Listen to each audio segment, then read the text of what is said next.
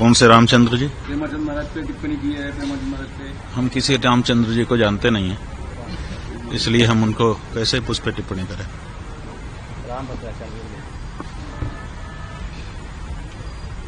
रामभद्र जी ने टिप्पणी की है। हाँ जी, रामभद्र जी ने टिप्पणी की है। हाँ, उनसे पूछा जाना चाहिए कि उनकी टिप्पणी का क्या मतलब है। रामभद्राचार्य जी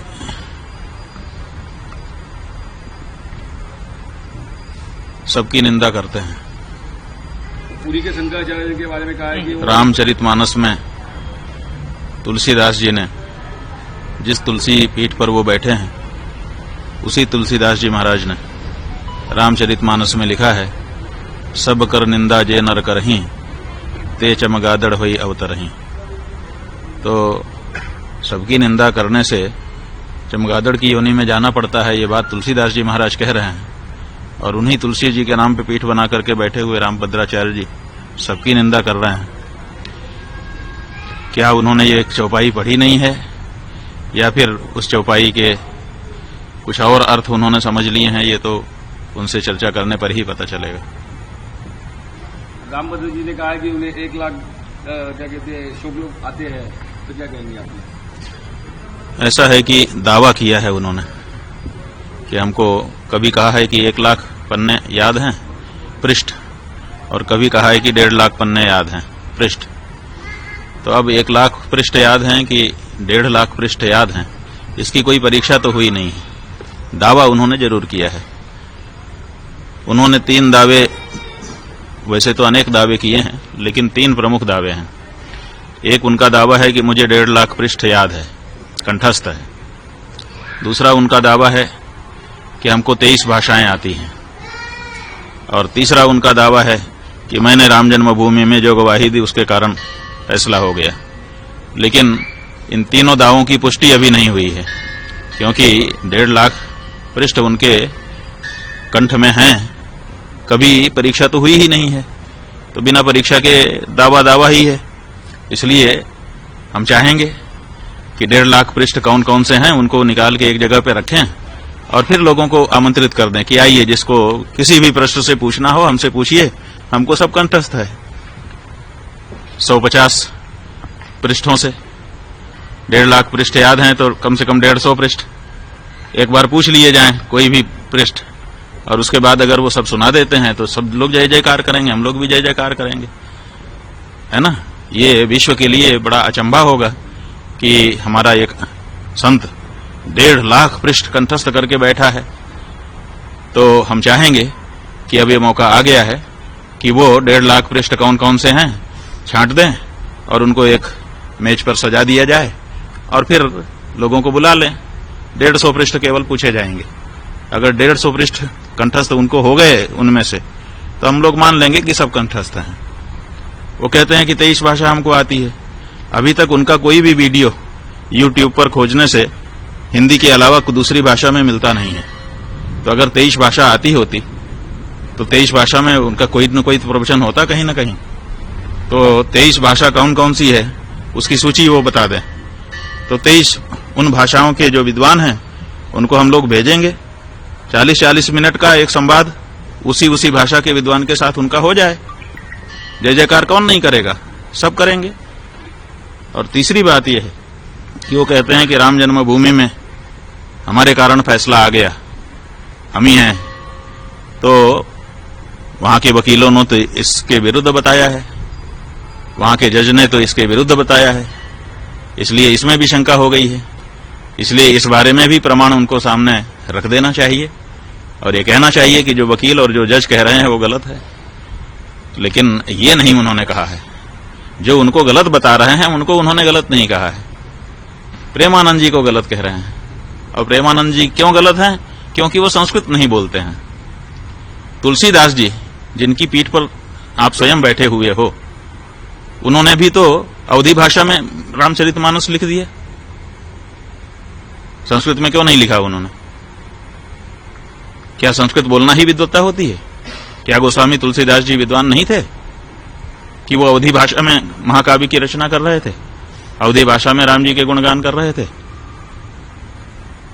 अगर संस्कृत में बोलना ही विद्वत्ता है तो इस सिद्धांत के अनुसार तो तुलसीदास जी भी विद्वान नहीं आपकी दृष्टि में होंगे, क्योंकि उनका तो सारा का सारा साहित्य, चाहे वो बरवे रामायण हो, चाहे वो गीतावली हो, चाहे कवितावली हो, चाहे हनुमान चालीसा हो, चाहे बजरंग बाण हो, छोटे से छोटा बड़े से बड़ा रामचरितमानस, सब कुछ अवधी भाषा में है, संस्कृत में नहीं है। तो क्या तुलसीदास जी विद्वान नहीं थे? तो ये जो परिभाषा आप लेकर के आए और हमने ये पूछा है कि आप ये बताइए, प्रेमानंद जी महाराज दिन भर राधे राधे श्याम श्याम कह रहे हैं, तो राधे राधे श्याम श्याम ये जो शब्द हैं ये संस्कृत भाषा के हैं कि नहीं, और संबोधन विभक्ति में हैं कि नहीं? और जब संबोधन विभक्ति से अपदम न प्रयुंजित, अपद नहीं बोलना चाहिए, और वो उसको पद बना करके संबोधन विभक्ति में ढाल करके अगर दिन भर उच्चारण कर रहे हैं, तो आपसे ज्यादा संस्कृत तो वो बोल रहे हैं। आप कितनी देर संस्कृत बोलते हैं दिन भर में, बताइए? केवल प्रवचन में जहां उदाहरण देने का अवसर आता है, कुछ श्लोक आप बोलते हैं, उतना ही तो संस्कृत आपके द्वारा बोला जाता है, और वो दिन भर राधे राधे श्याम श्याम रटते हैं, जो कि पद है, जो कि संस्कृत व्याकरण की दृष्टि से शुद्ध शब्द है। तो वो तो आपसे ज्यादा संस्कृत रोज बोल रहे हैं, और आप कह रहे हैं कि वो संस्कृत नहीं बोलता है। माने संबोधन विभक्ति में जब भगवान का नाम बोला जाता है तो क्या वो संस्कृत नहीं होता है? और अगर संस्कृत होता है तो वो तो संस्कृत ही बोल रहे हैं, दिन भर संस्कृत बोल रहे हैं। आप उनको क्यों कह रहे हैं कि वो संस्कृत नहीं जानते हैं? तो ये जो बातें हैं, इन सब से पता चलता है कि या तो उनकी बात को ध्यान ही देना छोड़ दिया जाए, बिल्कुल अप्रमाण मान लिया जाए, और या तो फिर उनको अपनी योग्यता और अपने जो दावे हैं उनको जनता के सामने आकर के प्रमाणित कर देना चाहिए।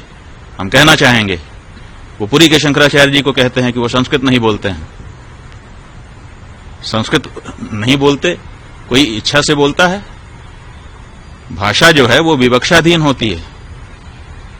विवक्षा का मतलब होता है बोलने की इच्छा। हमको इच्छा होगी तो हम बोलेंगे, इच्छा नहीं होगी नहीं बोलेंगे। कोई हमको जबरदस्ती करेगा कि तुम यही बोलो? ये तो महाराष्ट्र के ठाकरे बंधु हो गए कि बोलना ही पड़ेगा। अरे भाषा जो है, भाषा का नियम है, वो विवक्षाधीन होती है। जो बोलना चाहता है वो बोलता है, जिसको नहीं इच्छा होती है नहीं बोलता है। कौन सा शब्द मैं बोलूंगा ये कोई हमको बताएगा? हम खुद बोलते हैं। जब हमको जिस शब्द की इच्छा होती है उस शब्द का उच्चारण अपने मुख से हम करते हैं। भाषाएं जो होती हैं वो विवक्षाधीन होती हैं, बोलने की इच्छा के अधीन होती हैं। तो ऐसी परिस्थिति में वो नहीं बोलते हैं उनकी इच्छा, लेकिन वो संस्कृत के विद्वान नहीं है, ऐसा तो नहीं है। हम तो जहां तक हम देखिए, हमने पुरी के शंकराचार्य जी का भी प्रवचन सुना है, गंभीरता से सुना है, और इनका भी प्रवचन सुना है, और हम ये कह रहे हैं कि पुरी के शंकराचार्य जी इनसे बहुत बड़े विद्वान हैं। तो ऐसी परिस्थिति में जिन शब्दों का प्रयोग पुरी के शंकराचार्य जी करते हैं हिंदी में भी, उनके अर्थ लगाना इनके लिए कठिन हो जाएगा। इसलिए किसी को भी आप मूर्ख कह दो, इससे आपकी मूर्खता का जरूर पता चलता है। जिसके लिए कह रहे हो उसकी मूर्खता का पता नहीं। सर वो हमेशा परंपरा पे बात करते हैं, तो उस पर क्या कहना चाहेंगे? अब भाई वो तो जिसका जो स्वभाव होता है वो करता रहता है। हम तो जो हमारे आदरणीय पुरुष हैं उनके ऊपर जो टिप्पणी की गई है उससे आहत हैं। चारों शंकराचार्यों को उन्होंने कह दिया, आदि शंकराचार्य को उन्होंने कह दिया, इसके लिए हमको बोलना पड़ रहा है। अन्यथा बहुत से लोग बहुत कुछ करते रहते हैं, कहां कोई बोलता है? हम भी नहीं बोलते हैं। लेकिन एक समय आता है जब आपकी अति हो जाती है, सीमा का अतिक्रमण आप कर जाते हैं, तो उसके बाद फिर बोलना ही पड़ता है। तो अब ऐसी ही परिस्थिति हो गई है कि बिना बोले काम नहीं चल रहा, इसीलिए बोलना ही पड़ गया। बोल करके कोई खुशी भी नहीं है हमको, लेकिन मजबूरी है, बोलना पड़ेगा। अन्यथा उनकी जो तथ्यहीन बातें हैं, जनता के दिमाग में यही हो जाएगा कि ये तथ्यपूर्ण कह रहे हैं। जैसे वो प्रचार कर रहे हैं कि हमने गवाही दी, उसी से मुकदमा हो गया, और जज कह रहा है कि नहीं नहीं उनका तो ठुकरा दिया गया था। वो जो तुलसी शतक लेकर के आए थे वो तुलसी की रचना ही नहीं थी, वो उनकी खुद की रचना थी। तो आप झूठी रचना लेकर के कोर्ट में चले जाते हो, और कोर्ट में वो आपका प्रस्तुत किया गया जो प्रमाण है वो अप्रमाणित हो जाता है, तो कोर्ट ने तो घोषित कर दिया एक तरह से कि आप अप्रमाण हैं, जिसको आप प्रमाण मान करके गए थे। तुलसी शतक नाम का एक ग्रंथ बना करके ले गए थे राम जन्मभूमि के मुकदमे में गवाही देने के समय में। कोर्ट ने कहा कि यह प्रमाण नहीं है। क्यों कहा? क्योंकि जिरह में पूछा गया इनसे कि आपने ये तुलसी शतक कहा है, ये इससे पहले कहां प्रकाशित हुआ था, कहां इसकी पांडुलिपि आपको मिली, किस सन में किस किस संस्थानों ने इसको छापा, पहले किसी ने इसको पढ़ा? तो ये कुछ नहीं बता पाए। तो इनका तुलसी शतक अप्रमाण हो गया। तो जब आपका प्रस्तुत किया गया तुलसी शतक अप्रमाण हो गया, तो आप भी अप्रमाण ही हो गए ना। जिस प्रमाण को हम लेकर के गए थे, अगर वो प्रमाणित नहीं हुआ, इसका मतलब कौन अप्रमाण हुआ? वही तो जो उसको लेके गया था। तो कोर्ट ने आपको पहले ही अप्रमाण घोषित कर रखा है, आपके प्रमाण को अस्वीकार कर दिया गया है। तो आप पहले ही घोषित अप्रामाणिक व्यक्ति हो। आपसे अब क्या कहा जाए? आप तुलसी के नाम का पीठ बना लेते हो। तुलसी के नाम का पीठ कोई कैसे बना सकता है? तुलसी के नाम का पीठ तुलसी बना सकते हैं, तुलसीदास जी ने तो कोई ऐसा पीठ बनाया नहीं। तो आप तुलसीदास जी के नाम को बुनाने के लिए तुलसीदास जी के नाम का पीठ बना लो, बना के बैठ गए। क्या परंपरा है आपकी? आपके पहले कौन रामानंदाचार्य था जिसकी गद्दी पे आप बैठे हो? अगर आपसे यह प्रश्न पूछा जाए तो आप क्या बता पाओगे? आपको यही बताना पड़ेगा ना कि मैंने प्लाट खरीदा, मैंने मठ बनाया, उसमें एक चबूतरा बना लिया, उसके ऊपर मैं बैठ गया हूं। इससे कोई रामानंदाचार्य हो जाएगा? और रामानंदाचार्य जी ने भाष्य लिखे और उनके भाष्यों के होते हुए आपने स्वयं भाष्य लिख दिए और कह रहे हैं कि इस समय मैं ही केवल भाष्य करता हूं, दूसरा कोई भाष्य करता नहीं है। चारों शंकराचार्यों ने भाष्य नहीं लिखा है। अरे भाई, चारों शंकराचार्यों ने भाष्य क्यों नहीं लिखा है? चारों शंकराचार्य शंकराचार्य हैं और शंकराचार्य जी का भाष्य उपलब्ध है। जो चार शंकराचार्य हैं देश में, वो चारों शंकराचार्य हैं। अहम एव इति विज्ञेयः, एवकार लगा हुआ है। इसका मतलब है कि ये चारों शंकराचार्य शंकराचार्य ही हैं और इन्हीं का लिखा हुआ तो भाष्य है, वो शांकर भाष्य। तो हमने क्यों नहीं लिखा है? हमारे नाम का भाष्य है और हम विद्यमान हैं, वो भाष्य हमारा ही है। उस भाष्य के बारे में जो चर्चा करनी हो करो, हमारा भाष्य है वो। हमको अलग कब लिखना पड़ेगा? जब हम शंकराचार्य के विरुद्ध मत वाले होंगे, शंकराचार्य जी का मत हमको सही नहीं लगेगा, तब हम नया भाष्य लिखेंगे। तो रामानंदाचार्य का मत इनको सही नहीं लगा, तभी ना इन्होंने नया भाष्य लिखा और खुद को रामानंदाचार्य कह करके पुजवा रहे हैं। रामानंदाचार्य के भाष्य को खारिज करके अपना स्वयं का भाष्य लिखने वाला व्यक्ति रामानंदाचार्य जी के नाम को भुना रहा है। रामानंद संप्रदाय के जो लोग हैं, हमको तो उनके ऊपर तरस आता है कि रामानंदाचार्य जी के भाष्य को अस्वीकृत करके स्वयं का भाष्य लिखने वाला व्यक्ति आपके बीच में रामानंदाचार्य बन के बैठा है और आप लोग चुप हैं। क्यों चुप हैं? प्रश्न उठता है। तो इसलिए बंधु, ये ठीक नहीं है। तुलसीदास जी ने उत्तर अपने रामचरितमानस में साफ लिख दिया है कि सबकी निंदा जे नर करहीं, ते चमगादड़ होई अवतरहीं। तुलसीदास जी को अगर इन्होंने पढ़ा होता तो सबकी निंदा नहीं करते, लेकिन ये सबकी निंदा करते हैं। आज तक मोदी जी के अलावा किसी की प्रशंसा करते दिखे वो? मोदी जी मेरे मित्र हैं। मोदी जी उस पार्टी के नेता हैं जो पार्टी गौ हत्यारों से चंदा लेकर के राजनीति कर रही है और ये उनके मित्र हैं। कोई धर्माचार्य, गौ भक्त उस व्यक्ति को अपना मित्र कहेगा? आप उनके बारे में ना बोलो, शांत रहो, वो तो ठीक है, लेकिन मौन रह करके आगे बढ़ जाना सही है। लेकिन वो मित्र हैं और मित्र जो है वो गौ हत्या को बढ़ावा दे रहा है, गौ मांस के निर्यात को बढ़ावा दे रहा है। तुम धर्माचार्य हो, गौ हत्यारे को मित्र कह रहे हो, गौ हत्या के समर्थन करने वाले को मित्र कह रहे हो। कैसे हम मान ले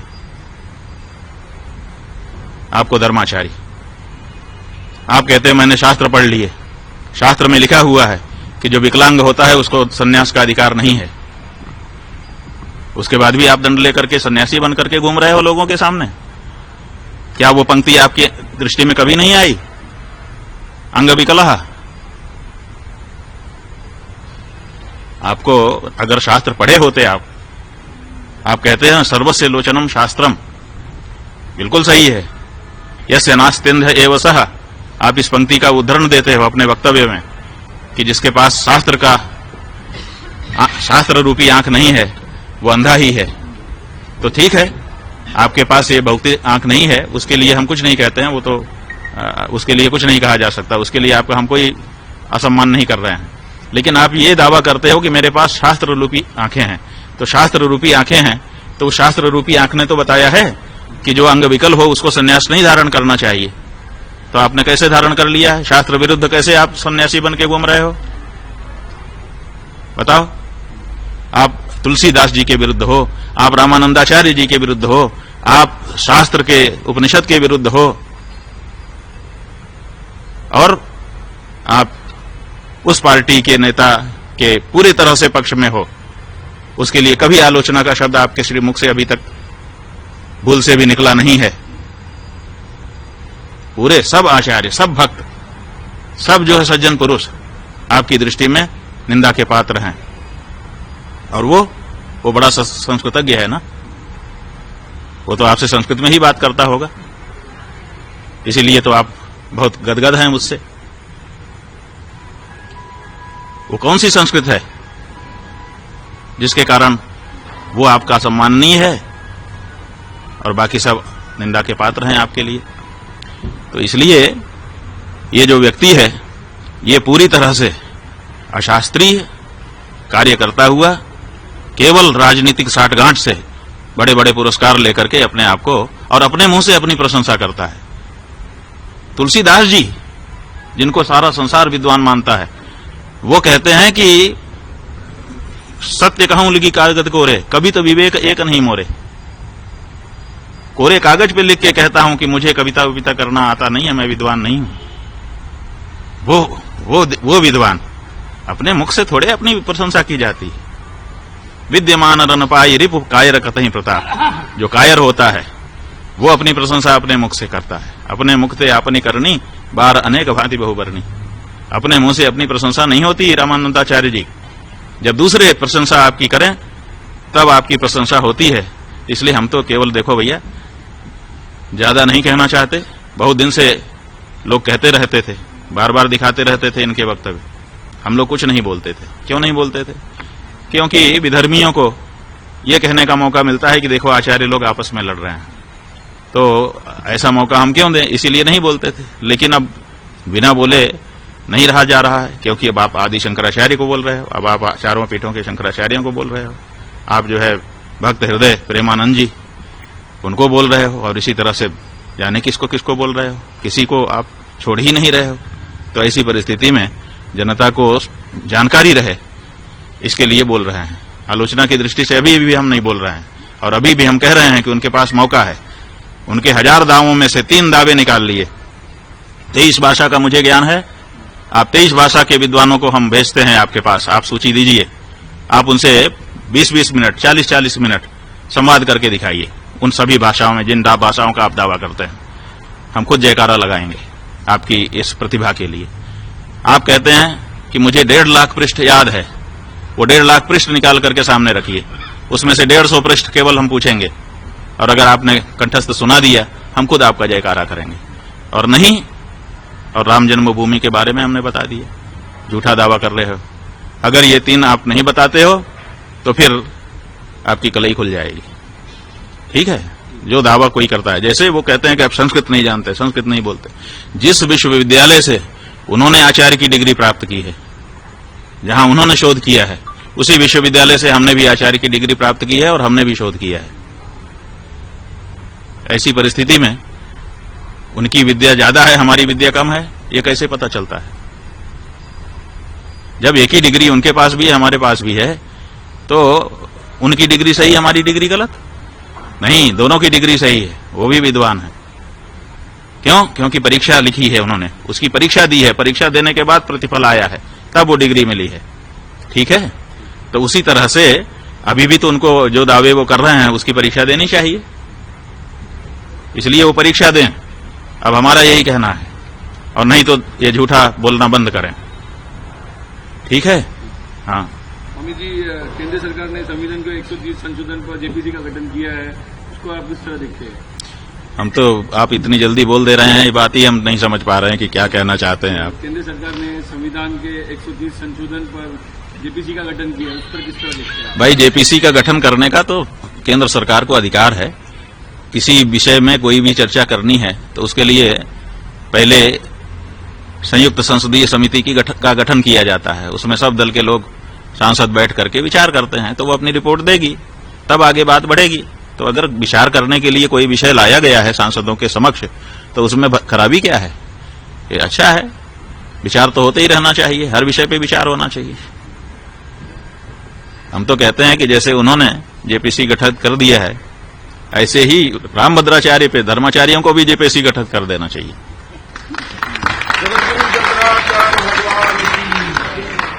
स्वामी जी, देश के उपराष्ट्रपति पद के लिए महाराष्ट्र के राज्यपाल सीपी राधाकृष्णन का उम्मीदवार बनाया गया है। आरएसएस से जुड़े व्यक्ति है, किस तरह देखते हैं आप उससे? भाई, कोई भी हो, देशभक्त व्यक्ति होना चाहिए और उसको इतना ज्ञान होना चाहिए कि वो पक्षपात विहीन होकर के जिस आसन पर बैठ रहा है उसका सही संचालन करे। अभी तो बात जो निकल करके आई है वो ये निकल करके आई है कि जो पुराने उपराष्ट्रपति थे उनका जो त्यागपत्र है उसको राष्ट्रपति ने स्वीकार ही नहीं किया है।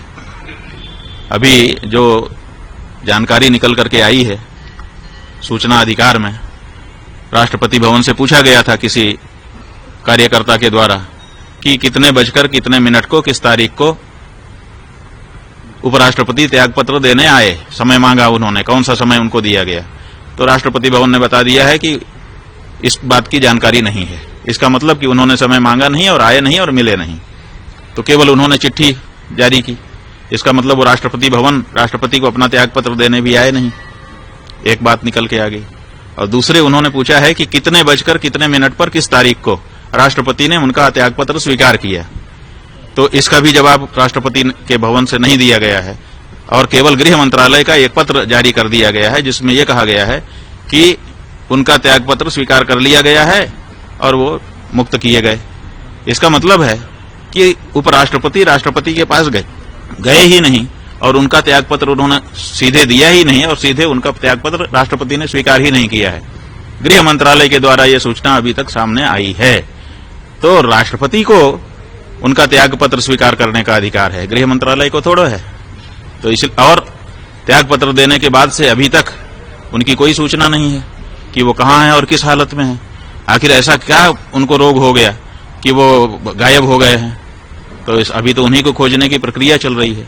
तो ऐसी परिस्थिति में नए राष्ट्रपति के बारे में हम लोग अभी तो उन्हीं की चिंता कर रहे हैं कि आखिर उनके साथ क्या हुआ और क्या घटनाक्रम है। पहले ये स्पष्ट होना चाहिए। ये उपराष्ट्रपति का जो चुनाव कराया जा रहा है हम समझते हैं कि सही नहीं है। अगर पीछे वाले राष्ट्रपति के साथ ये सब हो सकता है तो अब जो चुना जाएगा उसके साथ भी ये सब हो जाएगा।